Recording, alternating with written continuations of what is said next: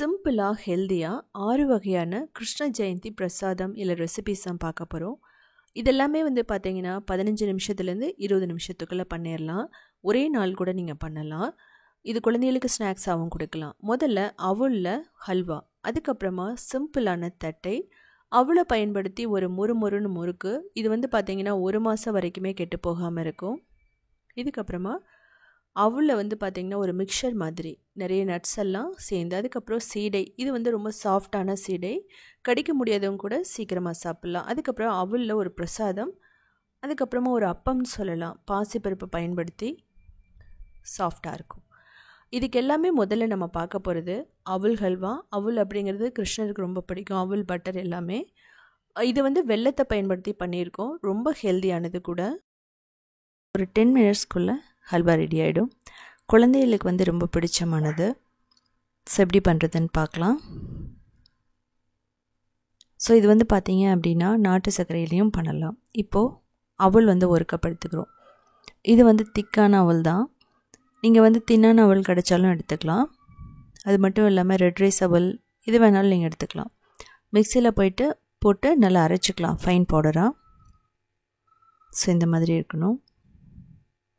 இதுக்கப்புறம் வெல்லம் எடுத்துகிட்டு 1 கப் எடுத்துக்கிறோம். தண்ணி ஒரு 2 கப் ஊற்றிக்கலாம். ஸோ இது பார்த்திங்கன்னா ஒரு 2 நிமிஷம் கொதிக்க விடணும். இதுக்கப்புறம் இதை வடிகட்டி அப்படியே ஊற்ற போகிறோம். இப்போ நெய் ஒரு 2 டேபிள் ஸ்பூன் போட்டுட்டு முந்திரி திராட்சையை போட்டு நல்லா வறுத்துக்கலாம். ஸோ நல்லா கோல்டன் ப்ரௌன் ஆகிற வரைக்கும் வறுத்து எடுத்து வச்சுக்கலாம். ஸோ இது பார்த்திங்கன்னா மற்ற ஹல்வா மாதிரி இருக்காது. இது சீக்கிரமாக அந்த ஜாகரி சிரப்பை அப்சர்வ் பண்ண ஆரம்பிச்சிடும். ஸோ அதனால் நீங்கள் ரொம்ப நேரம் கிளறணும் அப்படின்னு சொல்லிட்டு அவசியம் இல்லை. இதுக்கப்புறமா இன்னும் 2-3 டேபிள் ஸ்பூன் நெய் ஊற்றிட்டு அரைச்சி வச்ச பவுடர், அந்த அவலோட பவுடர், அதையும் போட்டுட்டு ஒரு 3 நிமிஷம் நல்லா ரோஸ்ட் பண்ணுங்கள். பச்சை வாசனை போயிடும். இதுலேயே இது குக் ஆகிடும். இப்போது அந்த ஜாகரி சிரப், வெல்லம் சிரப்பை நம்ம கிராஜுவலாக ஆட் பண்ணணும். கொஞ்சம் கொஞ்சமாக. முதல்ல பாதி ஊற்றுங்க. இதை நல்லா மீடியம் ஃப்ளேமில் வச்சுட்டு குக் பண்ணணும். லோ மீடியமில் வச்சா ரொம்ப பர்ஃபெக்டாக இருக்கும். இது திக்காகிற சமயத்தில் நம்ம திரும்ப மீதி இருக்கிற அந்த வெல்லம் சிரப்பையும் இதில் ஊற்றுவோம். வெள்ளை கரைசலையும் இதில் ஊற்றிட்டு இது பேனில் ஒட்டாமல் வர வரைக்கும் நம்ம இதை கிளறிக்கிட்டே இருக்கணும். நான் சொன்ன மாதிரி லோ மீடியமில் வச்சா பர்ஃபெக்டாக இருக்கும். அடி பிடிக்காமையாக இருக்கும். இது பார்த்தீங்க அப்படின்னா சீக்கிரமாகவே நல்ல திக்காகிடும். ஸோ அந்த திக்காகிற டைமில் ஒரு 2 டேபிள் ஸ்பூன் நெய் விட்டு திரும்ப என்ன பண்ணணும் அப்படின்னா, இந்த பேன்லேருந்து ஒட்டாமல் வர வரைக்கும் நம்ம மிக்ஸ் பண்ணிக்கிட்டே இருக்கணும். இதில் நெய் ரொம்ப வேணாம் அப்படின்னு நினைக்கிறவங்க ஒரு 2 டேபிள் ஸ்பூன் நெய்யோடு நிறுத்திக்கலாம். இப்போ பாருங்கள், ஒரு 3 டேபிள் ஸ்பூன் நெய் போடுறேன். திரும்ப நம்ம குக் பண்ணணும். இப்போவே பார்த்தீங்கன்னா நல்லா திக்காயிடுச்சு. ஸோ ஏலக்காய் பொடி போட்டுக்கலாம் ஃப்ளேவருக்காக. வறுத்து வச்ச முந்திரி திராட்சையை இதில் போட்டுட்டு திரும்ப நல்லா மிக்ஸ் பண்ணிக்கலாம். ஸோ இந்த ஸ்டேஜில் நம்ம அடுப்பு ஆஃப் பண்ணிடலாம். ஏன்னா எல்லாமே ரெடி ஆகிடுச்சு, நல்லா திக்காகிடுச்சு. இதுக்கு மேலே பண்ணிங்கன்னா இது உதிரியாக போயிடும். இது நல்லா சூடாக சாப்பிட்றதுக்கு ரொம்ப சூப்பராக இருக்கும். 1 வீக் ஆனாலும் இது கெட்டு போகாது. வாழையில வச்சுட்டு சர்வ் பண்ணணும். இப்படி பண்ணுறதுனால நமக்கு அந்த வாழலையோட ஃப்ளேவரும் வரும். தேவைப்பட்டால் கொஞ்சம் பச்சை கற்பூரம் கூட நீங்கள் போட்டுக்கலாம்.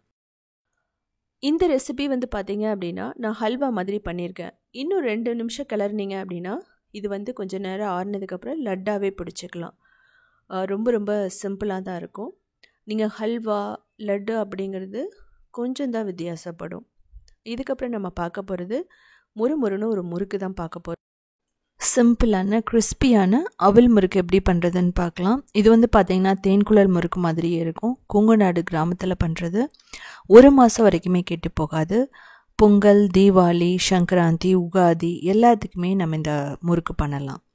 ஒரு நல்ல கிறிஸ்பினஸோடு இருக்கும். ஆயில் அப்சர்வ் பண்ணாது. இதுக்கு அவல் 1 கப் எடுத்துக்கலாம்.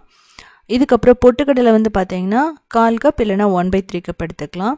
உளுந்து 1/4 கப் எடுத்துக்கலாம். அதுக்கப்புறம் ஜீரகம், இது அப்படியும் போடல, கொஞ்சம் நுணுக்கியும் போடலாம், இல்லை ஓமம் கூட நீங்கள் போட்டுக்கலாம். இதுக்கப்புறம் எள்ளு, கருப்பு எள்ளு, வெள்ளை எள் எது வேணால் எடுத்துக்கலாம். இதுக்கப்புறம் பெருங்காயம், அதுக்கப்புறம் மிளகுத்தூள் வேணாங்கிறவங்க மிளகாய்த்தூள் கூட போட்டுக்கலாம். தண்ணி கொதிக்க வச்சுக்கலாம். இப்போது நம்ம 1/4 கப் உளுந்து போட்டுட்டு நல்லா ரோஸ்ட் பண்ணணும், ஒரு 2லேருந்து 3 நிமிஷம். ஆனால் இது வந்து ப்ரௌன் ஆகக்கூடாது. உங்களுக்கு ப்ரௌனாக பண்ணது பிடிக்கும் அப்படின்னா நீங்கள் அந்த ஃப்ளேவர் கூட நீங்கள் யூஸ் பண்ணிக்கலாம், ப்ரௌனாக கூட நீங்கள் பண்ணிக்கலாம். இப்போது அவலும் பொட்டுக்கடலையும் போட்டுட்டு ஒரு 2 நிமிஷம் நல்லா ரோஸ்ட் பண்ணிக்கோங்க.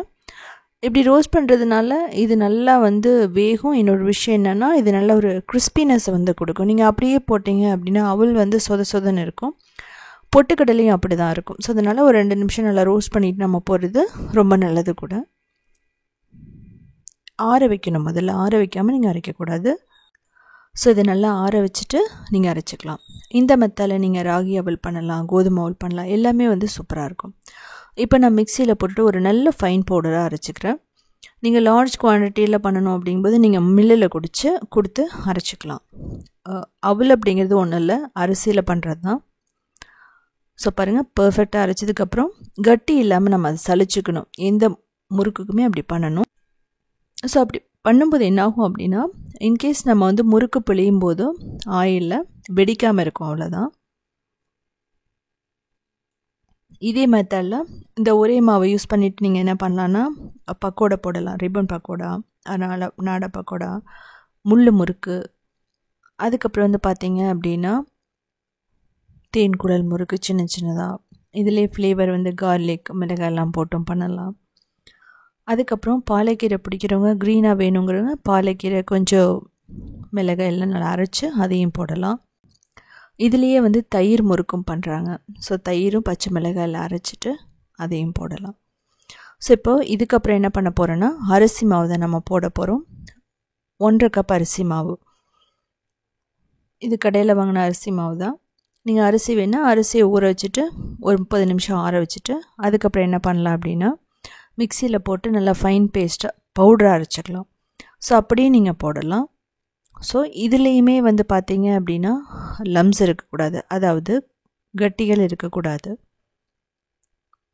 இப்போது பெருங்காயம், அதுக்கப்புறம் ஜீரகம், மிளகு, அப்புறம் எள்ளு, இது மிளகுத்தூள், அதுக்கப்புறம் பட்டர், இது வந்து சால்டட் பட்டர் தான். ஒரு சின்ன க்யூப் போட்டால் போதும், அதாவது இது 1 டேபிள் ஸ்பூனுக்கு வரும். ஸோ நல்லா மிக்ஸ் பண்ணிக்கலாம். இன்கேஸ் உங்களுக்கு பேக்கிங் சோடா வேணும்னா கொஞ்சம் பேக்கிங் சோடா கூட போட்டுக்கலாம், பட் கடையில் போடுறாங்க, இது ஆப்ஷனல் தான். ஸோ இதை நல்லா மிக்ஸ் பண்ணிக்கோங்க. ஏன்னா பட்டர் வந்து பார்த்தீங்க அப்படின்னா அந்த மாவோட சேர்த்து நல்லா மிக்ஸ் ஆகணும். பட்டர் பிடிக்காதவங்க நெய் போட்டுக்கலாம், நெய் பிடிக்காதவங்க ஆயில் போட்டுக்கலாம். ஸோ கொஞ்சம் சூடான எண்ணெய் கூட நீங்கள் காய்ச்சி ஊற்றினாலும் நல்லா தான் இருக்கும், நல்லா ஒரு கிறிஸ்பினஸ் வந்து கிடைக்கும். இந்த பட்டர் வந்து பார்த்திங்கன்னா ஒரு நல்ல ஒரு கிறிஸ்பினஸையும் அதே சமயம் சாஃப்ட்னஸையும் கொடுக்கும்.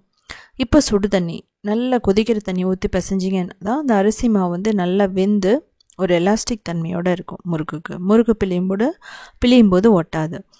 ஸோ இப்போ பாருங்கள், கொஞ்சம் கொஞ்சமாக நீங்கள் ஊற்றிட்டு கேர்ஃபுல்லாக வந்து பண்ணணும். இன்கேஸ் கையில் உங்களுக்கு வந்து பிசைய முடியலன்னா நீங்கள் ஃபஸ்ட்டு ஸ்பூனில் மிக்ஸ் பண்ணிவிடுங்க, சூடாக இருந்தால். நம்ம அந்த கொதிக்கிற தண்ணியை மாவில் ஊற்றும் போது என்னாகும் அப்படின்னா அதனோட சூடு வந்து கொஞ்சம் குறையும், கையில் பிடிக்கிற மாதிரி தான் இருக்கும், கொஞ்சம் வந்து கஷ்டமாக இருக்கும். நீங்கள் அப்போது ஸ்பூனை யூஸ் பண்ணிவிட்டு கடைசியாக நீங்கள் கையில் நல்லா பிசைஞ்சிக்கணும். இந்த மாவு பிசைஞ்ச உடனே நம்ம ரொம்ப நேரம் வைக்கக்கூடாது, பிசைஞ்ச உடனே நம்ம போட்டுடணும். இல்லைன்னா என்ன ஆகும்னா முறுக்கு கலர் மாற ஆரம்பிக்கும், அதாவது ஒரு கோல்டன் ப்ரௌனாக வர்றது ரொம்ப ப்ரௌன் ஆகும். நம்ம முறுக்கு மாவுக்கு மட்டும் எப்படி அப்படின்னா, நம்ம பிழிஞ்சிட்டு நம்ம சப்பாத்தி மாவு மாதிரி ரொம்ப நேரம் வச்சுருக்கக்கூடாது. ஸோ அதை முக்கியமாக நீங்கள் கவனிச்சுக்கணும். ஸோ எப்போ புளியறீங்களோ அதிலிருந்து 2 நிமிஷத்துக்குள்ளே நம்ம வந்து முறுக்கை ஷேப் பண்ணி போட ஆரம்பிச்சிடணும். ஸோ லார்ஜ் குவான்டிட்டியில் பண்ணும்போது நீங்கள் கொஞ்சம் கொஞ்சமாக போட்டு பிசைஞ்சு முறுக்கு போட்டுக்கலாம். ஸோ இதெல்லாமே வந்து பிகினர்ஸ்க்கு வந்து ரொம்ப பர்ஃபெக்டாக இருக்கும். இங்கே பாருங்கள், மாவு எந்த அளவுக்கு ஒரு சாஃப்ட்னஸோடு இருக்குன்னு சொல்லிட்டு. நீங்கள் ரொம்ப வந்து மாவு சாஃப்டாக இருந்தாலும் ஆயிலை வந்து அப்சர்வ் பண்ணும். கடினமாக இருந்துச்சுன்னா அது முறுக்குக்குள்ளே போட்டுட்டு பிழிய முடியாது, பிழியும் போது கிராக் ஆகும் எண்ணெயில் போடும்போது. ஸோ அதை நீங்கள் கேர்ஃபுல்லாக கவனிச்சுக்கணும். இப்போ முறுக்கு குழல் எடுத்துகிட்டு எண்ணெய் தடவிட்டு ஒரு கையளவு மாவு போட்டுட்டு நம்ம அப்படியே டைரெக்டாக ஆயிலையும் பிழிஞ்சு விடலாம். இல்லை அப்படின்னா நம்ம வந்து என்ன பண்ணலான்னா ஒரு தட்டு மேலே பிழிஞ்சு விட்டுட்டும் நம்ம பண்ணலாம். ஸோ அது உங்களுக்கு எது மாதிரி பிடிக்குமோ அதை மாதிரி நீங்கள் பிழிஞ்சிட்டு எண்ணெயில் போட்டு எடுத்துடலாம். கொஞ்சம் மட்டும் ஆயில் ஊற்றிட்டு இதை நல்லா தடவி விட்டுக்கலாம். இல்லைனா ஒரு பெரிய ட்ரேயில் நீங்கள் வந்து எல்லாத்தையும் அப்படியே வந்து பிழிஞ்சு விட்டுட்டு அப்படி கூட பண்ணலாம். அப்படியே எடுத்து போடுறது. இல்லை கரண்டி இருந்துச்சு அப்படின்னா நம்ம அது மேலே கூட பிழிஞ்சு விட்டுக்கிட்டு நம்ம டைரெக்டாக எடுத்து போட்டுடலாம். ஸோ இதில் முக்கியமான விஷயம் என்னென்னா, உங்களுக்கு இன்கேஸ் அந்த டோ ரொம்ப கடினமாக இருக்குன்னா நீங்கள் என்ன பண்ணலான்னா கொஞ்சம் தண்ணியை ஸ்ப்ரிங்கிள் பண்ணிக்கோங்க. சுடு தண்ணி இல்லை நார்மல் வாட்டர் கூட ஸ்ப்ரிங்கிள் பண்ணி மாவு வந்து ரெடி பண்ணிக்கலாம். இப்போது எண்ணெய் சூடாக இருக்கணும். அதில் போட்டுட்டு நம்ம ஃப்ரை பண்ணி எடுக்கணும். எண்ணெய் அப்படிங்கிறது வந்து பார்த்திங்கன்னா சன்ஃப்ளவர் ஆயில் நல்லாயிருக்கும், கடலெண்ணெய் நல்லாயிருக்கும், தேங்காய் எண்ணெய் நல்லாயிருக்கும். தேங்காய் எண்ணெய் வந்து பார்த்திங்கன்னா ஒரு 2 நாள் 3 நாளுக்குள்ளே கெட்டு போயிடும். நம்ம போட்டு எடுத்தோன்னா கெட்டு போகாது. அதனோட ஸ்மெல் வர ஆரம்பிச்சிடும். இதே வந்து நீங்கள் சன்ஃப்ளவர் ஆயிலோ கடலெண்ணெயோ யூஸ் பண்ணும்போது 1 மந்த் வரைக்கும் வச்சுருக்கும் போதே வந்து பார்த்தீங்க அப்படின்னா அந்த ஸ்மெல்லெல்லாம் வராது. ஸோ அது மாதிரி நீங்கள் உங்களுக்கு எந்த எண்ணெய் பிடிக்குமோ அதை வந்து நீங்கள் யூஸ் பண்ணிக்கலாம். நாங்கள் ப்ரிஃபர் பண்ணுறது சன்ஃப்ளவர் ஆயில், கடலெண்ணெய். ரொம்ப முறுக்கு நல்ல ஒரு டேஸ்ட்டையும் அதனோட ஷெல்ஃப் லைஃப்பையும் கொடுக்கும். ஸோ இது ஆயில் சத்து அடங்கணும், அதான் முறுக்கோட பதம்னு அர்த்தம். இன்கேஸ் உங்களுக்கு வந்து கடையில் வந்து பண்ணுற மாதிரி வேணால் பாதி வேக்காடை போட்டு எடுக்கலாம். அதாவது நம்ம முறுக்கு உள்ளே போட்டோடனே ஒரு 2 நிமிஷத்தில் எடுத்துகிட்டு அதுக்கப்புறம் நம்ம ஃப்ரை பண்ணலாம். அதாவது டபுள் ஃப்ரை மெத்தட்னு சொல்லுவோம். கிறிஸ்பினஸ் நல்லாயிருக்கும். ஸோ அது மாதிரியும் பண்ணலாம். நான் சின்ன அளவில் நம்ம பண்ணும்போது ஒரே மாதிரி நம்ம பண்ணி எடுத்துடலாம். அதுக்கு பதம்னு பார்த்திங்கன்னா அந்த லார்ஜ் பபிள்ஸாக வரும், அதெல்லாம் அடங்கிடும். ஸோ அதான் வந்து நம்ம கரெக்டாக அந்த முறுக்கு எடுக்கிற பதம்னு சொல்லலாம். ஒரு நல்ல பார்த்திங்க அப்படின்னா ரொம்ப ரொம்ப சூப்பரான ஒரு கலர் வந்துருச்சு. இந்த ஸ்டேஜில் இது ஆயிலும் குடிக்கல. ஸோ இந்த ஸ்டேஜில் நம்ம எடுத்துடலாம். பர்ஃபெக்டாக இருக்கும் உங்களுக்கு. ஸோ இதை ஒரு டிஷ்யூ பேப்பர் மேலே போட்டிங்க அப்படின்னா ஆயில் அப்சர்வ் பண்ண ஆரம்பிச்சிடும். அதுக்கப்புறம் வந்து பார்த்திங்க அப்படின்னா ஒரு ஏர்டைட் கண்டெய்னரில் போட்டுட்டிங்கன்னா 1 மந்த் வரைக்குமே கெட்டு போகாது. இந்த முறுக்கு வந்து பார்த்திங்கன்னா அவளை நம்ம வறுத்து பண்ணுறோம். அவளை நீங்கள் ஊற வச்சு மிக்சியில் வந்து நல்லா அரைச்சிட்டு கூட பண்ணலாம். இல்லை அப்படின்னா ப்ரெஷர் குக்கரில் வேக வச்சுட்டும் பண்ணலாம். ஸோ நீங்கள் நிறைய மெத்தடில் பண்ணலாம். முறுக்கு அப்படிங்கிறது வந்து பார்த்திங்கன்னா நீங்கள் எப்படி பண்ணாலுமே அது வந்து கெட்டும் போகாது, தப்பே ஆகாது. கொஞ்சம் வேணும்னா பொட்டுக்கடலை நீங்கள் ஆட் பண்ணிக்கலாம். இது வந்து நீங்கள் முள்ளு முறுக்கு மாதிரி கூட போடலாம், பட்டர் முறுக்கு மாதிரியும் போடலாம். நான் வந்து தேன்குழல் மாதிரி ஷேப்பில் போட்டிருக்கேன். உங்களுக்கு எது பிடிக்குமோ அது மாதிரி நீங்கள் போட்டு வச்சுக்கோங்க. இதுக்கப்புறம் நம்ம பார்க்க போகிறது கொங்கு நாடு கிராமத்து ஸ்டைலில் சாஃப்டான எள்ளு சீடை தான். சீடை அப்படிங்கிறது நிறைய இடத்துல பண்ணுவாங்க. ஆனால் கொங்கு நாட்டில் பண்ணுற சீடை வந்து கிராமத்தில் பண்ணுற சீடை ரொம்ப சாஃப்டாக இருக்கும். குழந்தைகளுக்கு வந்து ரொம்ப பிடிக்கும், சாப்பிட்டுக்கிட்டே இருப்பாங்க. ரொம்ப ரொம்ப அயன் ரிச்ன்னு சொல்லலாம். ஏன்னா வெல்லம் போட்டு நம்ம பண்ணுறோம். அதுக்கு வந்து 1 கப் பச்சரிசி எடுத்துக்கலாம். இதை வந்து ஒரு 2-3 தடவை நல்லா கழுவணும். கழுவிட்டு ஒரு 2-3 மணி நேரம் இதை நல்லா ஊற வச்சிடலாம். 2 மணி நேரத்துக்கு அப்புறம் தண்ணியை வடிச்சிடணும். நல்லா கம்ப்ளீட்டாக வடித்ததுக்கப்புறமா இந்த அரிசியை நம்ம அதிரசத்துக்கு பண்ணுற மாதிரியே தான் அரிசியை வந்து ஒரு காட்டன் கிளாத்தில் போட்டுட்டு நம்ம ஒரு 30 நிமிஷம் நம்ம அப்படியே விட்டுறணும். இது வந்து பார்த்திங்கன்னா நல்லா வந்து ட்ரை ஆகிடும். ஆனால் அதில் வந்து கொஞ்சம் ஈரப்பதம் இருக்கும். இது வந்து சூரிய வெளிச்சத்தில் நம்ம வைக்கக்கூடாது, அதாவது சன்லைட்டில் இதை வச்சிடாதீங்க. ஸோ இப்போ பாருங்கள் 30 நிமிஷத்துக்கு அப்புறமா அப்போவும் நமக்கு கையில் ஒட்டும், ஆனால் இது வந்து கொஞ்சம் ட்ரை ஆகிருக்கும். இப்போ வந்து நம்ம இதை என்ன பண்ணலான்னா மிக்சியில் போட்டு அரைச்சிக்கலாம். இதே வந்து நீங்கள் அதிகமான குவான்டிட்டியில் பண்ணுற மாதிரி இருந்தால் நீங்கள் மில்லில் கொடுத்து அரைச்சிக்கலாம். ஆனால் அந்த அரிசியில் ஈரப்பதம் கண்டிப்பாக இருக்கணும். இப்படி நம்ம மிக்சியில் போட்டுட்டு ஒரு நல்ல ஃபைன் பவுடராக அரைச்சிட்டு அதுக்கப்புறம் சளிச்சுக்க போகிறோம். ரொம்ப சிம்பிளானது தான். நீங்கள் மற்ற சீடையெல்லாம் பார்த்தீங்கன்னா அப்படியே வெடிக்கும். இந்த சீடை வந்து வெடிக்காது, ஏன்னா சாஃப்டாக இருக்கிறதுனால ஈஸியாகவும் பயம் இல்லாமையும் பண்ணிடலாம். இது வந்து பார்த்திங்கன்னா இப்போ சீடை அப்படிங்கிற கான்செப்ட் வந்து மறைஞ்சிடுச்சு. இந்த சீடை அப்படிங்கிறது வந்து பார்த்திங்கன்னா யாருக்குமே தெரியாது இந்த மாதிரி சீடை பண்ணுறது. ஸோ இப்போ நம்ம மாவு ரெடி ஆகிடுச்சு பாருங்கள்.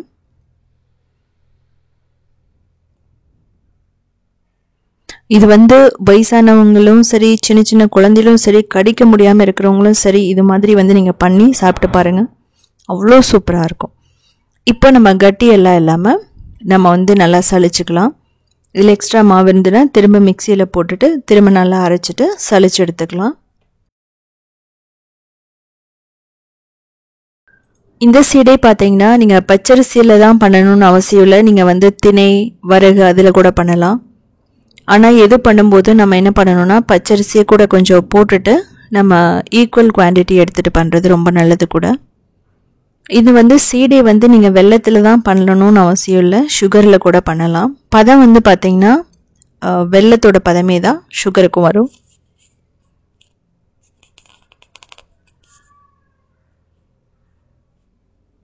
ஸோ நல்லா சலிக்கணும். ஸோ ரொம்ப முக்கியமானது தான்.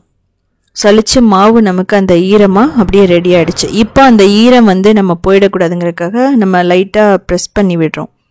அப்போ தான் வந்து அந்த ஈரப்பதம் வந்து போகாது. ஸோ இது பார்த்திங்கன்னா நம்ம ரெண்டாவதையும் சலிச்சு எடுத்தாச்சு. ஸோ அப்படியே வந்து நம்ம மூடி வச்சிடணும் ஈரப்பதம் போகாத மாதிரி. இப்போ வெல்லம் இதில் வந்து 3/4 கப் எடுத்துக்கலாம். அதுக்கப்புறம் தண்ணி 3லேருந்து 4 டேபிள் ஸ்பூன் அவ்வளோதான்.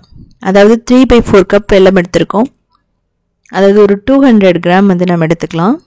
இதை வந்து பார்த்திங்கன்னா நல்லா வந்து மிக்ஸ் பண்ணணும், கட்டியெல்லாம் இருக்கக்கூடாது. இது வந்து பார்த்திங்கன்னா அதிரசம் மாதிரியே தான், அந்த கன்சிஸ்டன்சி தான், அந்த பதம் தான்.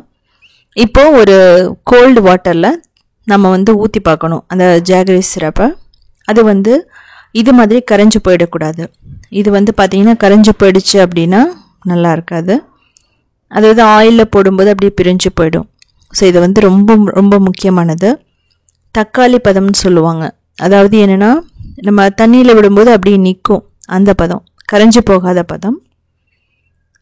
ஸோ இது பாருங்கள், இப்படி நம்ம வந்து எடுக்கணும்.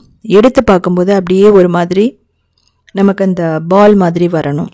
இதை வந்து பார்த்திங்கன்னா இதை வந்து நம்ம கரைக்கும் போது அப்படியே கரைஞ்சிடுது. அப்படி வந்து நமக்கு இருக்கக்கூடாது.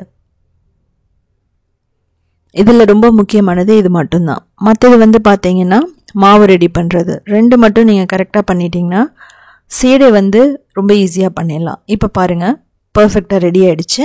தண்ணியில் கரையலை, நம்ம அப்படியே ஒன்றா சேர்த்து எடுக்கலாம், அந்த மாதிரி இருக்கும். ஸோ பாருங்கள், இப்படி இருந்தால் ரொம்ப பர்ஃபெக்டானது. இதுக்கப்புறம் நம்ம ஆஃப் பண்ணிவிட்டு எடுத்து அந்த ஈர மாவில் அந்த வெல்லத்தை ஊற்ற போகிறோம். ஊற்றிட்டு நல்லா மிக்ஸ் பண்ணிவிடுவோம். மிக்ஸ் பண்ணிவிட்டு பார்த்தீங்கன்னா இதில் எள்ளு போட்டுடலாம். நீங்கள் ஏலக்காய் போடலாம், இல்லை அப்படின்னா சுக்கு பொடி, அதாவது ட்ரை ஜிஞ்சர் பவுடர் போடலாம். ஸோ போட்டுட்டு நம்ம ஒரு நாள் அப்படியே விட்டுறலாம். இது வந்து பார்த்திங்கன்னா 1 வீக் வரைக்குமே கெட்டு போகாது. நீங்கள் 2 நாளுக்கு அப்புறம் நீங்கள் ஃப்ரிட்ஜில் எடுத்து வச்சிடலாம்.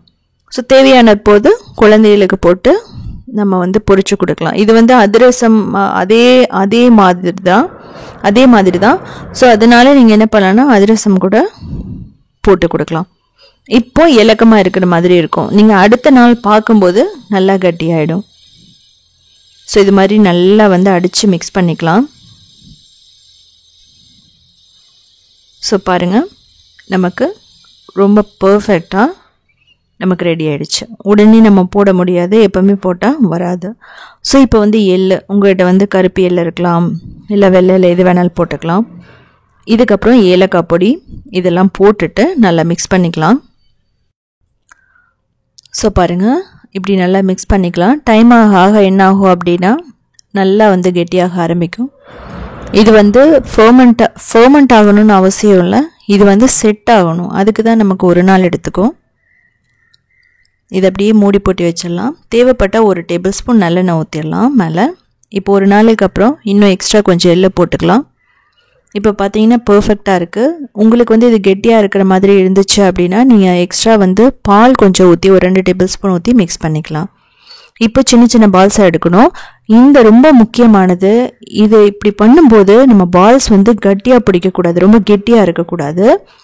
நீங்கள் பால்ஸ் மாதிரி பிடிச்சதுக்கப்புறம் கொஞ்சம் அதை வந்து தட்டை மாதிரி பண்ணிவிட்டு நீங்கள் போட்டிங்கன்னா ஃப்ரை ஆகும்போது நல்லா உருண்டியாக வந்துடும்.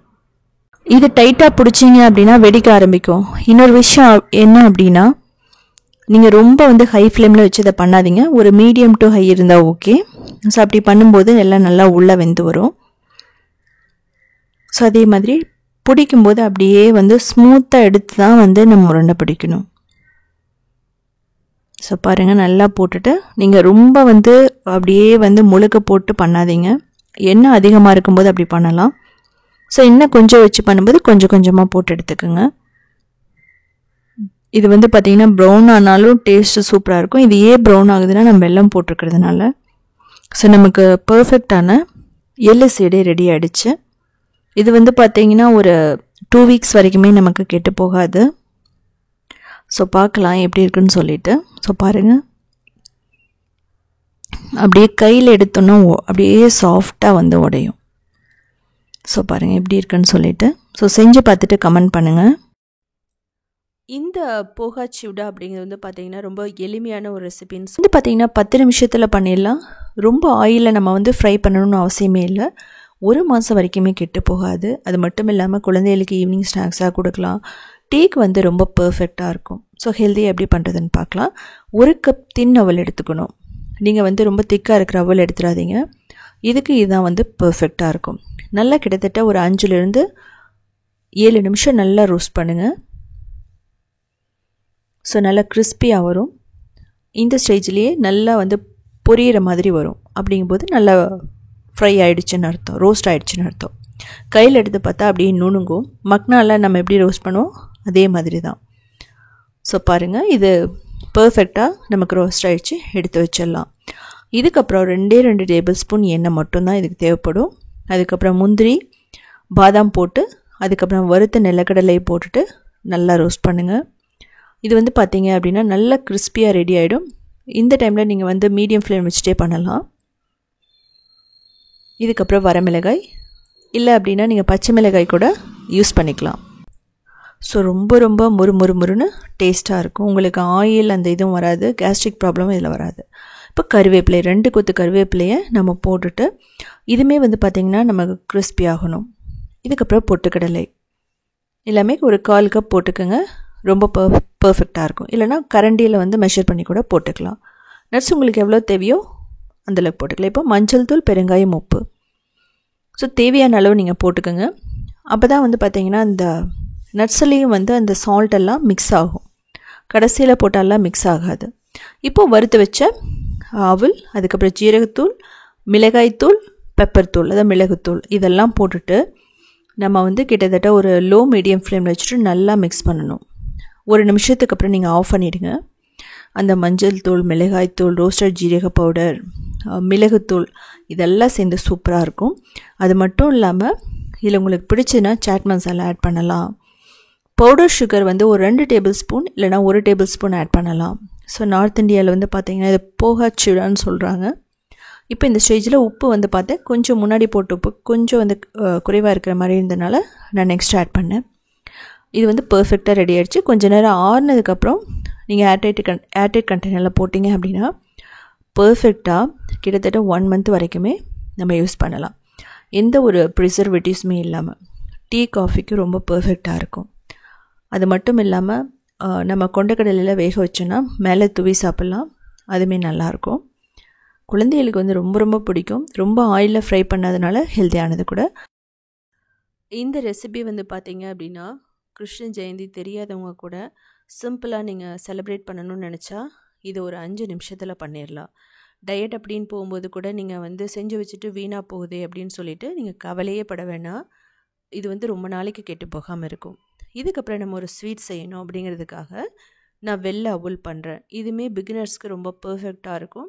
நீங்கள் கிருஷ்ணருக்கு ஏதாவது படைக்கணும் அப்படிங்கும்போது கூட இது ஈஸியாக பண்ணிடலாம். இதுக்கு முதல்ல நெய் ஊற்றிட்டு 1/2 கப் அவல் எடுத்துகிட்டு நல்லா ரோஸ்ட் பண்ணணும். நீங்கள் ரோஸ்ட் பண்ணும்போது தான் என்ன ஆகும் அப்படின்னா அந்த மொறுமொறுப்பு தன்மை வரும், கொஞ்சம் பொரிஞ்ச மாதிரி வரும். இது வந்து சிவப்பு அவல் இதில் வேணால் நீங்கள் பண்ணலாம். இப்போது 1/2 கப் பால் விட்டுருக்கேன். பால் பிடிக்காதவங்க தேங்காய் பால், ஆல்மண்ட் மில்க், ஓட்ஸ் மில்க் எது வேணாலும் நீங்கள் ஊற்றிக்கோங்க. இதுலேயே அது வந்து நல்லா வேகும். இதுக்கப்புறமா தேங்காய் வந்து 1/4 கப் இல்லை 1/2 கப் கூட போட்டுக்கலாம். நான் குவான்டிட்டி குறைவாக பண்ணியிருக்கேன். இதுக்கப்புறமா வெல்லம், ஏலக்காய். வெல்லம் அப்படிங்கிறது வந்து பார்த்தீங்க அப்படின்னா உங்களோட ஸ்வீட்னஸ்க்கு ஏற்ற மாதிரி நீங்கள் போட்டுக்கலாம். வெல்லம் பிடிக்கலன்னா நார்மல் சுகர், கருப்பட்டி, நாட்டு சர்க்கரை, ப்ரௌன் சுகர் எது வேணாலும் போடலாம். இது எதுவுமே வேணாம் அப்படிங்கும்போது டேட்ஸை கொஞ்சம் பாலில் ஊற வச்சு நல்லா அரைச்சி கூட ஸ்வீட்னஸ்க்கு ஆட் பண்ணலாம். இப்போது பாதாம் முந்திரி போட்டுட்டு ஜென்டிலாக வதக்குங்க. இப்போது எல்லாம் ஒன்றா சேர்ந்து வந்துருச்சு. ஒரு 5 நிமிஷத்தில் பண்ணக்கூடிய ஒரு பிரசாதம். ஈவன் இது பேச்சுலர்ஸ் கூட பண்ணி கடவுளுக்கு படைக்கலாம். இது வந்து பார்த்திங்கன்னா மார்னிங் பிரேக்ஃபாஸ்ட்டாக நீங்கள் சாப்பிட்லாம். ஸோ அவளை வந்து நம்ம வெந்து அதுக்கப்புறம் சாப்பிட்றது ரொம்ப ரொம்ப நல்லது கூட. இதுக்கப்புறம் வந்து பார்த்திங்கன்னா நான் பண்ண போகிறது சிம்பிளான ஒரு மூங்கால் இனிப்பு அப்பம் பணியாரம் எது வேணாலும் சொல்லலாம். சிம்பிளாக பஞ்சு போல் பாசிப்பருப்பு இனிப்பு பணியாரம் எப்படி கொங்குநாடு கிராமத்து ஸ்டைலில் ஈஸியாக பண்ணுறதுன்னு பார்க்கலாம். இது வந்து பார்த்திங்க அப்படின்னா ப்ரோட்டீன் ரிச்சுன்னு சொல்லலாம். இது வந்து குழந்தைகளுக்கு ஈவினிங் கொடுக்கலாம், மார்னிங் கொடுக்கலாம், இல்லை ஸ்நாக்ஸாக கூட ஸ்கூலுக்கு கொடுத்து விடலாம். அவ்வளோ ஹெல்த்தியானது கூட. இது செய்கிறதுக்கு வந்து ரொம்ப ரொம்ப குறைவான பொருட்கள் தான் தேவைப்படும். நெய்யும் இதில் ரொம்ப குறைவாக தான் நான் யூஸ் பண்ணியிருக்கேன். அதனால் வெயிட் லாஸ்ன்னு போகிறப்ப நீங்கள் தாராளமாக அதை சாப்பிட்லாம். கிட்டத்தட்ட ஒரு 1/2 கப் பாசிப்பருப்பு எடுத்துக்கலாம், 1/4 கப் பச்சரிசி. இதை 3 தடவை நல்லா கழுவிக்கலாம். ஸோ கிட்டத்தட்ட நீங்கள் 3 தடவை வாஷ் பண்ணதுக்கப்புறம் 2 மணி நேரத்துலேருந்து 3 மணி நேரம் இதை ஊற வச்சாகணும். இல்லை நீங்கள் சுடுதண்ணி ஊற்றிட்டீங்க அப்படின்னா 1 மணி நேரத்துலேயே நமக்கு ரெடி ஆகிடும். இன்ஸ்டண்ட்டாக பண்ணணுன்னா நீங்கள் அப்படி கூட பண்ணலாம். உங்களுக்கு பார்த்தாவே தெரியும் 3 மணி நேரத்துக்கு அப்புறம் நல்லா ஊறிடுச்சு. இப்போ தண்ணியை கம்ப்ளீட்டாக வடிச்சிடலாம். நம்ம மிக்சியில் போட்டுட்டு நம்ம அரைக்க போகிறோம். இதுக்கு முன்னாடி வெல்லம் 1/2 கப்பு தண்ணி 1/4 கப்பும் போட்டு நம்ம என்ன பண்ணலான்னா ஒரு 2 நிமிஷம் கொதிக்க விடலாம். இந்த வெல்லம் கரையணும். இதுக்கு பதிலாக நீங்கள் சுகர் போடலாம், இல்லைன்னா கருப்பட்டி, நாட்டு சர்க்கரை, ப்ரௌன் சுகர் எது வேணாலும் போட்டுக்கலாம். கருப்பட்டி, வெல்லம், நாட்டு சர்க்கரை எல்லாம் போடும்போது இது மாதிரி நாங்கள் லைட்டாக நம்ம கொதிக்க வச்சுட்டு வடிகட்டணும். ஏன்னா அதில் தோசை இருக்கும். ஸோ இதெல்லாமே மிக்சியில் போட்டும் அரைக்கலாம், இல்லை அப்படின்னா கிரைண்டரில் போட்டும் நல்லா ஃபைன் பேஸ்ட்டாக அரைச்சிக்கலாம். இல்லை கொஞ்சம் கரகரப்பாக வேணாலும் அப்படி அரைச்சிக்கலாம். நான் ஏலக்காய் போட்டிருக்கேன். அதுக்கப்புறமா நம்ம அந்த வெல்லம் சிரப்பு அந்த ஊற்றுறோம். உங்களுக்கு தெரியும் அந்த தூசு லைட்டாக இருக்கும், அதை வடிகட்டியில் வந்துடும்.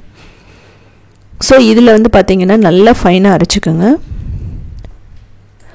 நீங்கள் அரிசி மாவெல்லாம் போடலை அப்படிங்கிற பட்சத்தில் இட்லி மாவு மாதிரி அரைக்கணும். நான் அரிசி மாவு போடுறேன், ஒரு 1/4 கப் அரிசி மாவு. ஸோ இதை போட்டுட்டு நீங்கள் நல்லா மிக்ஸ் பண்ணணும். இதுலேயே வந்து கொஞ்சம் பேக்கிங் சோடா போட்டுக்கலாம். பேக்கிங் சோடா ஆப்ஷனல் தான். நீங்கள் இதை ஒரு 6லேருந்து 7 மணி நேரம் வச்சுருந்தீங்கன்னா பேக்கிங் சோடா போட வேண்டியதில்லை. இமீடியட்டாக ஒரு 30 நிமிஷத்தில் பண்ணணும் அப்படிங்கிற பட்சத்தில் நீங்கள் பேக்கிங் சோடா போடலாம். உங்கள்கிட்ட பேக்கிங் சோடா இல்லை அப்படின்னா நீங்கள் ஸ்கிப் பண்ணிடலாம். இதில் 1/4 கப் தேங்காய் போட்டுக்கலாம். நல்லா துருவின ஃப்ரெஷ்ஷான தேங்காய் ஒரு நல்ல ஃப்ளேவரை கொடுக்கும். ஸோ தேங்காவை ஸ்கிப் பண்ணிடாதீங்க. இதுலேயே முந்திரி, திராட்சை எல்லாம் கூட, பாதாம் எல்லாமே போட்டுக்கலாம். இது 30 நிமிஷத்துலேருந்து 2 மணி நேரம் உங்களோட இஷ்டம் தான், அப்படி வச்சிடலாம். இதுக்கப்புறம் பேனை சூடு பண்ணிவிட்டு நெய் ஊற்றிக்கலாம். நான் குறைவாக தான் யூஸ் பண்ணுற நெய். இப்போ 30 நிமிஷத்துக்கு அப்புறம் நமக்கு மாவு ரெடி ஆகிடுச்சு. பார்த்தா தெரியும் உங்களுக்கு. இப்போ பணியாரம் கல்லை நம்ம ஊற்றிக்கலாம். ஸோ இந்தளவுக்கு உங்களுக்கு பணியாரம் பெருசாக வேணுங்கிறது ஸோ உங்களை பொறுத்து நீங்கள் ஊற்றிக்கலாம். சின்னதாக வேணும்னா சின்னதாக ஊற்றிக்கலாம். பெரிய பணியாரம் அப்படின்னு நீங்கள் ஊற்றுனீங்க அப்படின்னா ஒரு 1/2 கரண்டி ஊற்றினா கரெக்டாக இருக்கும். ஏன் அப்படின்னா பாசிப்பருப்பு உள்ளெல்லாம் வேகணும், அதனால நம்ம ரொம்ப ஊற்ற வேணாம். அதே சமயம் மூடி வச்சு உங்களுக்கு நல்ல கோல்டன் ப்ரௌன் வர வரைக்கும் நம்ம ஃப்ரை பண்ணணும், அதாவது குக் பண்ணணும். கிட்டத்தட்ட இந்த மாதிரி நல்ல கலர் வந்தால் தான் பாசிப்பருப்பு வேகும். இல்லைன்னா உங்களுக்கு என்ன ஆகும்னா பச்சை வாசனையாகவே இருக்கும். ஸோ அதனால் நீங்கள் நல்லா இதை குக் பண்ணி ஆகணும். 2 பக்கம் சைடுமே நல்ல ப்ரௌனாக வந்தால் தான் டேஸ்ட்டு நல்லாயிருக்கும். ஸோ பாருங்கள், நமக்கு பர்ஃபெக்டாக ரெடி ஆகிடுச்சு. இந்த பணியாரத்துலேயே நீங்கள் 2 டேபிள் ஸ்பூன் அவல் போடலாம், அதுவுமே நல்லாயிருக்கும். கிட்டத்தட்ட 6 நிமிஷத்துக்கு மேலே ஆச்சு எனக்கு இந்த பணியாரம் குக் ஆகிறதுக்கு. ஸோ டைரெக்டாக அப்படியே எடுத்து சாப்பிட வேண்டியதான். இதிலே நீங்கள் பழம், ரவை எல்லாமே வந்து அரைச்சி கூட போடலாம். ஸோ அது மாதிரியும் கூடிய சீக்கிரம் வீடியோ போடுறேன். ஸோ நமக்கு பர்ஃபெக்டாக ரெடி ஆகிடுச்சு, எடுத்துடலாம். இது வந்து பார்த்திங்கன்னா கிட்டத்தட்ட 2 நாள் மட்டும்தான் இது வந்து ஃப்ரெஷ்ஷாக இருக்கும். ஸோ ரொம்ப நாளுக்கு நீங்கள் வச்சுருக்க வேணாம். ஸோ 2வது செட்டுமே நமக்கு ஊற்றி நம்ம எடுத்தாச்சு. உங்களுக்கு பச்சரிசி பிடிக்கலைன்னா பச்சரிசியை கூட ஸ்கிப் பண்ணிவிட்டு முழுசாக பாசிப்பருப்புலேயே கூட நீங்கள் பண்ணலாம். யூஸ்வலாக இப்படி தான் பண்ணுவோம். இன்ஸ்டண்ட்டாக பண்ணுனா கோதுமை, வாழைப்பழம், ரவை இதெல்லாம் போட்டு பண்ணலாம். இல்லை அரிசி மாவு, கோதுமை மாவு, வெல்லம் இதை வச்சு நீங்கள் பண்ணி பாருங்கள். கொஞ்சம் அதுக்கெல்லாம் பேக்கிங் சோடா தேவைப்படும். ஸோ செஞ்சு பார்த்துட்டு கமெண்ட் பண்ணுங்கள். இதுக்கப்புறமா மொறுமொறுன்னு ஒரு தட்டை பண்ண போகிறோம். இது வந்து பார்த்திங்கன்னா ஈஸியாக பண்ணிடலாம். இதுக்கு வந்து பொட்டுக்கடலையோ அதுக்கப்புறம் நிலக்கடலை பவுடரோ எதுவுமே தேவையில்லை. உளுந்து மாவு கூட தேவையில்லை. ஆனால் கிறிஸ்பியாக இருக்கும். ரொம்ப நாள் ஆனாலும் கெட்டு போகாது. இது வந்து 10 மினிட்ஸில் பண்ணிடலாம். இதுக்கு பார்த்திங்கன்னா முதல்ல ஜவ்வரிசி 2 டேபிள் ஸ்பூன் எடுத்துக்கலாம். சின்ன ஜவ்வரிசியாக இருக்கணும். ரொம்ப பெருசாக நீங்கள் எடுக்க வேணாம். ஸோ இது மாதிரி உங்களுக்கு கடையில் கிடைக்கும், அதை எடுத்துக்கலாம். இதுக்கப்புறம் பார்த்திங்கன்னா இந்த பாசிப்பருப்பு இதுவுமே வந்து ஒரு 2 டேபிள் ஸ்பூன் இதெல்லாம் போட்டுட்டு நம்ம நல்லா கழுவிக்கலாம்.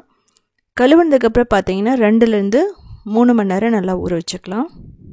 ஸோ இது பார்த்திங்கன்னா நல்லா ஊறணும். அப்போ தட்டை செய்யும்போது நல்லா கிறிஸ்பியாக இருக்கும். இப்போ நமக்கு ஊறிடுச்சு பாருங்கள், பர்ஃபெக்டாக. இப்போ தண்ணியை கம்ப்ளீட்டாக நீங்கள் வடிச்சிடுங்க, அந்த தண்ணி தேவையில்லை. இப்போ பச்சை மிளகாய், பூண்டு வந்து நம்ம அரைச்சிக்கலாம். கரகரப்பாக அரைச்சிக்கலாம், தண்ணி ஊற்றாமல். ஸோ இப்படி தான் இருக்கணும். இப்போ 1.5 கப் அரிசி மாவு எடுத்துக்கலாம். உப்பு தேவையான அளவு. இதுக்கப்புறம் இந்த அரைச்சி வச்ச விழுது, ஜீரகம், கறிவேப்பிலை, அதுக்கப்புறம் எள், அதுக்கப்புறம் நெய், நம்ம ஊற வச்ச ஜவ்வரிசி, பாசிப்பருப்பு. எல்லாம் உங்களோட ஆப்ஷனல் தான், போட்டாலும் போடலாம், இல்லைன்னா நீங்கள் ஸ்கிப் பண்ணிடலாம். பட் டேஸ்ட் நல்லாயிருக்கும். இப்போ முதல்ல நல்லா மிக்ஸ் பண்ணிக்கலாம். ஸோ இது மிக்ஸ் பண்ணதுக்கப்புறமா நம்ம என்ன பண்ணலாம் அப்படின்னா, நம்ம ஹாட் வாட்டர் தான் ஊற்ற போகிறோம். ஸோ ஹாட் வாட்டர் ஊற்றும் போது நமக்கு அந்த தட்டை செய்யும்போது உதிர்ந்து போகாமல் இருக்கும். ஸோ நீங்கள் நார்மல் வாட்டர் ஊற்றும் போது என்ன ஆகுனா அந்த ரவுண்ட் வந்து சரியாக வராத மாதிரி இருக்கும். ஸோ அதனால நீங்கள் நல்ல ஹாட் வாட்டரே ஊற்றிக்கலாம். இப்போ நீங்கள் கொஞ்சம் கொஞ்சமாக ஊற்றிட்டு ஒரு நல்ல சாஃப்டான டோ மாதிரி பண்ணிக்கலாம். நல்ல மாவு வந்து பார்த்திங்கன்னா கையில் ஒட்டாத மாதிரி சாஃப்டாக இருக்கணும்.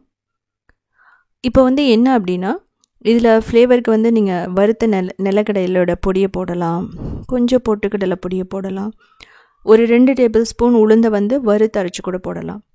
பட் இதெல்லாமே வந்து உங்களுக்கு நான் சொல்கிறது வெரைட்டிக்காக தான் நான் சொல்கிறேன். பச்சை மிளகாய் உங்களுக்கு வந்து பூண்டெல்லாம் பிடிக்கலன்னா நீங்கள் வந்து மிளகாத்தூளோ இல்லை வந்து மிளகுத்தூளோ நீங்கள் வந்து போட்டுக்கலாம். ஸோ இப்படி வந்து நீங்கள் ரெடி பண்ணிக்கலாம். இது வந்து பர்ஃபெக்டாக இருக்கும். இதுக்கப்புறம் சின்ன சின்ன பாலை நம்ம வந்து எடுத்துக்கலாம். இந்த டோ வந்து நம்ம ரெடி பண்ணிட்டோன்னா நீங்கள் வச்சுருக்க வேண்டாம் ரொம்ப நேரம், இமீடியட்டாக நம்ம பண்ணி ஆகணும்.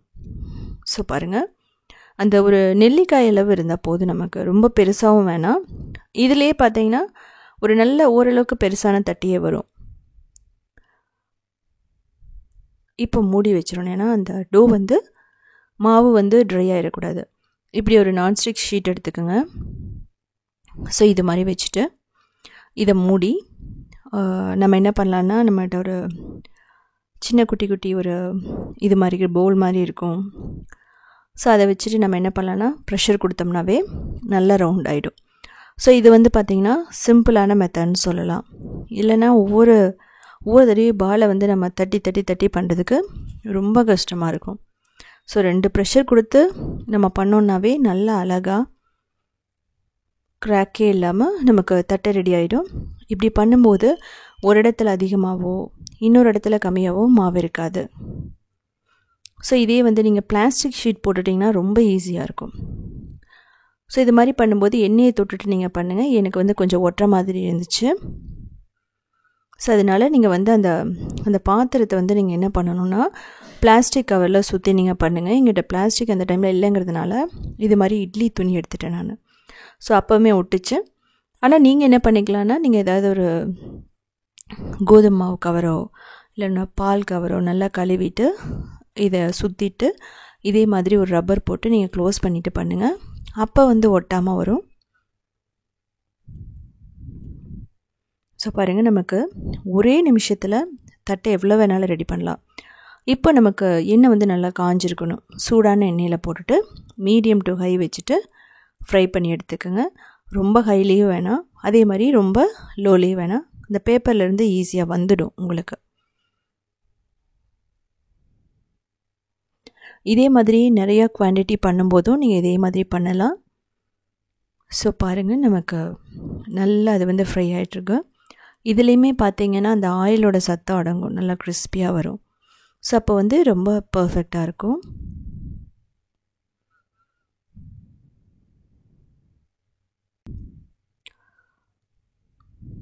ஸோ இது வந்து சங்கராந்தி, பொங்கல், தீபாவளிக்கு மட்டுமே இல்லாமல் நீங்கள் ஸ்கூல்லேருந்து குழந்தை வந்தால் கொடுக்குறக்கு இப்படி கூட ஒரு 1.5 கப் மாவு இருந்தால் போதும். 1 கப் மாவில் கூட நீங்கள் பண்ணலாம், இப்படி பண்ணி கொடுக்கலாம். அதுக்கப்புறம் டீக்கு வேணும்னாலும் நம்ம செஞ்சு வச்சுக்கலாம். இது வந்து பார்த்திங்கன்னா நல்லா வந்து இது மாதிரி ஆயில் சத்து அடங்கிடுச்சு, நல்லா கிறிஸ்பி ஆகிடுச்சு. இப்போ நம்ம வெளியே எடுத்துகிட்டு ஒரு டிஷ்யூ பேப்பர் மேலே போட்டிங்கன்னா இருக்கிற ஆயிலை வந்து அப்சர்வ் ஆகிக்கும். இதுலேயே பார்த்தீங்கன்னா உங்களுக்கு தெரியும் ஆயிலெல்லாம் எதுவுமே குடிக்காது. கரெக்டாக பண்ணிங்க அப்படின்னா ஸோ பர்ஃபெக்டாக நமக்கு ரெடி ஆகிடுச்சு.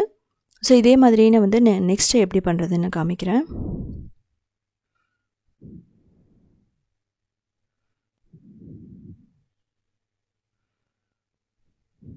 ஸோ மொத்தமாக நம்ம 1.5 கப் போட்டோம்னா ஒரு 35 தட்டை வரும், அதாவது 35 அந்த சின்ன தட்டைகள் வரும்.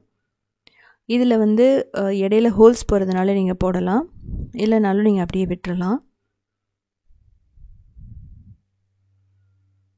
ஸோ இந்த மாதிரி பண்ணும்போது பார்த்தீங்க அப்படின்னா ஷேப்பை வந்து மாறாமல் இருக்கும். அப்படியே கொண்டு போய் வச்சு எண்ணெயில் நம்ம எடுத்து போட்டுடலாம் ஒவ்வொன்றா.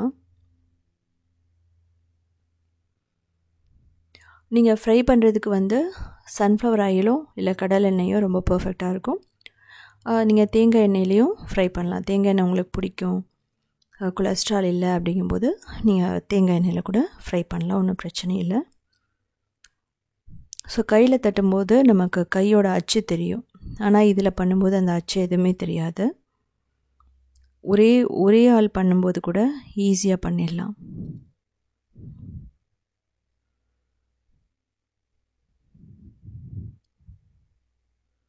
ஸோ பாருங்கள் பர்ஃபெக்டாக ரெடி ஆகிடுச்சு. ஸோ இது நமக்கு 2வது பேட்சும் போட்டு எடுத்துடலாம். ஒரு 15 நிமிஷத்துக்குள்ளே நம்ம எல்லாத்தையும் போட்டு எடுத்துடலாம். ஃப்ரை ஆகிறதுக்கு மட்டும் கொஞ்சம் டைம் ஆகும், அவ்வளோதான். மற்றபடி மாவு பிசைகிறது ஒரு 5 மினிட்ஸ்க்குள்ளே நமக்கு மாவு பிசைஞ்சிருவோம். இது ஃப்ரை ஆகிறதுக்கு ஒரு 10 மினிட்ஸ், அவ்வளோதான். அரிசி மாவுங்கிறது நீங்கள் எந்த அரிசி மாவு வேணாலும் நீங்கள் யூஸ் பண்ணலாம். வீட்டில் ஊற வச்சு அதை கொஞ்சம் காய வச்சு மில்லில் கொடுத்து அரைச்சும் பண்ணலாம். ரெடிமேட் மாவு கிடைக்கும், பச்சரிசி மாவு, அதுலேயும் நீங்கள் பண்ணலாம். நார்மல் அரிசி மாவுலேயும் பண்ணலாம். எல்லாத்துலேயுமே வந்து ரொம்ப ரொம்ப பர்ஃபெக்டாக வரும். ஸோ இட்லி மாவில் நீங்கள் அரைச்சி ஊற வச்சு பண்ணும்போது நீங்கள் கொஞ்சம் பொட்டுக்கடலை ஆட் பண்ணிவிட்டு அதுலேயும் நீங்கள் தட்டை பண்ணலாம். ஸோ அது வந்து நான் கூடிய சீக்கிரமாக வீடியோ போடுறேன், எப்படி வந்து இட்லி மாவுலேயும் புழுங்கல் அரிசியிலையும் இது மாதிரி ஈஸியாக தட்டை பண்ணலாம் நல்லா கிறிஸ்பி அப்படின்னு சொல்லிட்டு. இந்த தட்டை வந்து பார்த்திங்கன்னா நான் அரிசி மாவில் பண்ணியிருக்கேன். நீங்கள் அரிசி மாவு 1 கப் அரிசி மாவுக்கு ஒரு 2 டேபிள் ஸ்பூன் உளுந்து போட்டு பண்ணலாம், பொட்டுக்கடலை போட்டு பண்ணலாம், நிலக்கடலை ரொம்பவே நல்லாயிருக்கும். இது வந்து பார்த்திங்கன்னா பட்டன் தட்டை மாதிரியும் பண்ணலாம். நீங்கள் பட்டன் தட்டை எப்படி பண்ணுறதுன்னு நான் சொல்கிறேன். கிட்டத்தட்ட 1 கப் தண்ணி ஊற்றிக்கங்க, அதில் உப்பு நெய் போட்டுட்டு 1 கப் அரிசியை போட்டு நல்லா கிளறினதுக்கப்புறமா கொஞ்சம் எள், ஜீரகம், அதுக்கப்புறமா நீங்கள் பட்டர் எல்லாம் போட்டுட்டு நல்லா மிக்ஸ் பண்ணிவிட்டு டோ மாதிரி கொண்டு வந்துட்டு சின்ன சின்ன பால்ஸாக பிடிச்சிட்டு கையிலேயே நீங்கள் வந்து தட்டி எடுத்துடலாம். இதுதான் பட்டன் தட்டை. பிகினர்ஸ்க்கு ரொம்ப யூஸ்ஃபுல்லாக இருக்கும். இதெல்லாம் செய்ய டைம் இல்லைன்னா டக்குன்னு தட்டி போட்டுடலாம். ஸோ இதே மாதிரி நிறைய ரெசிபீஸ் வேணும் அப்படின்னா நீங்கள் உத்தமி கிச்சனை ஃபாலோ பண்ணலாம். அதுலேயே வந்து பார்த்திங்கன்னா 1500க்கு மேலே ரெசிபீஸ் போட்டிருக்கோம். அது மட்டும் இல்லாமல் க்ரியேட்டிவ் வேர்ல்டுன்னு சொல்லிட்டு இன்னொரு சேனலும் ரன் பண்ணிகிட்ருக்கோம், கிட்டத்தட்ட ஒரு 14 இயர்ஸ்க்கு மேலே. அதுலேயே வந்து 2000 ரெசிபீஸ் சிம்பிளான வெஜிடேரியன் ரெசிபீஸாக இருக்கும். அதில் எல்லாமே ஈஸியான ரெசிபீஸ் தான். அது மட்டும் இல்லாமல் சவுத் இண்டியன் foods.in அப்படிங்கிற வெப்சைட்டை 14 இயர்ஸ்க்கு மேலே ரன் பண்ணிகிட்ருக்கோம். அதில் 8000 ரெசிபீஸ் ஸ்டெப் பை ஸ்டெப் ஃபோட்டோஸோடு இருக்கும், வீடியோஸோடு இருக்கும். பார்த்துட்டு கமெண்ட் பண்ணுங்கள். ஸோ நீங்கள் கிருஷ்ண ஜெயந்திக்கு என்னென்ன பலகாரங்கள் பண்ணுவீங்கன்னு சொல்லிட்டு கமெண்ட் பண்ணலாம். இதில் ஏதாவது சஜஷன் கொடுக்கணும், எக்ஸ்ட்ரா ஆட் பண்ணனாலும் நீங்கள் கமெண்ட்டில் போடலாம். ஸோ செஞ்சு பார்த்துட்டு கமெண்ட் பண்ணுங்கள்.